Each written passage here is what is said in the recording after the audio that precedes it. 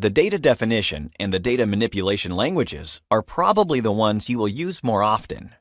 The following 2 lectures are rather informative.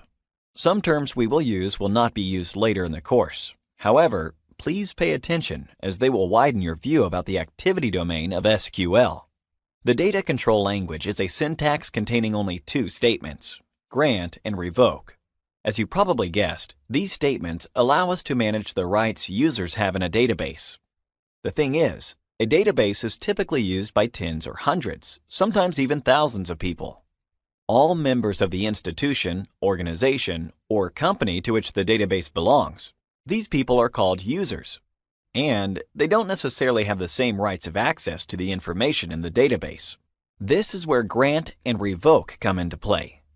Grant gives or grants certain permissions to users. The syntax to comply with is the following. Now, let's do an element-wise breakdown of the structure. With this syntax, one can grant a specific type of permission, like complete or partial access to the resources from a designated table from a certain database. These rights will be assigned to a person who has a username registered at the local server that MySQL has provided with the workbench.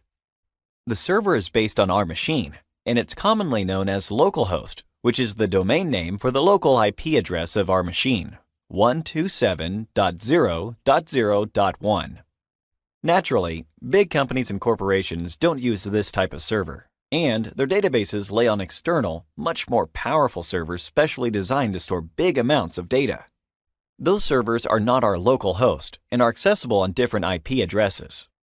To illustrate this activity, granting privileges, we will show you how usernames are usually created in SQL.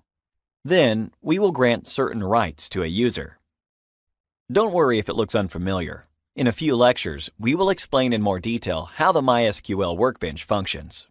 By typing this, we will create a user, Frank, with password pass.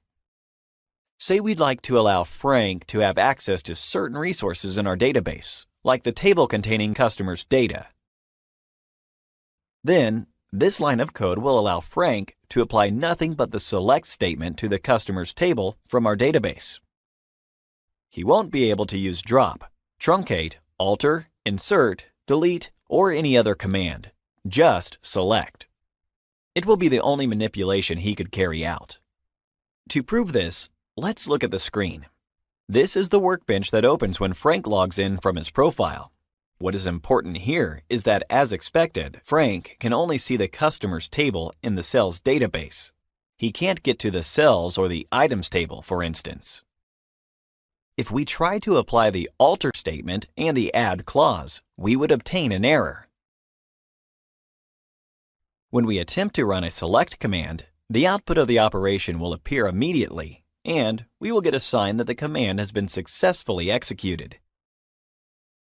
This code here will allow Frank to have complete access to all the tables of the cells database, as indicated by the star symbol. Frank can carry out many more operations, including the ones you already know of: create, drop, truncate, select, insert, alter, and so on. After this code has been run, we can open Frank's profile and see more tables have been shown in the cells database, not just the customers table. The alter statement will work too, not just the select statement. The rest of the DDL and DML statements are available too. Great! People who have complete rights to a database are database administrators. They can grant access to users and can revoke it. The revoke clause is used to revoke permissions and privileges of database users. It is the exact opposite of the grant statement. The syntax is identical. Instead of granting permission to somebody, one can revoke a privilege from somebody. The example we saw a minute ago could grant the user Frank the privilege to apply the select clause to the customers table from the cells database. To revoke the same permission, we should type the following: revoke select on cells.customers from Frank within quotes at localhost within single quotes. We can revoke from Frank the permission to apply the select command in the customers table. He cannot use select on this table anymore. There is one final part of the SQL syntax we would like to introduce to you. We will do this in our next video. Thanks for watching.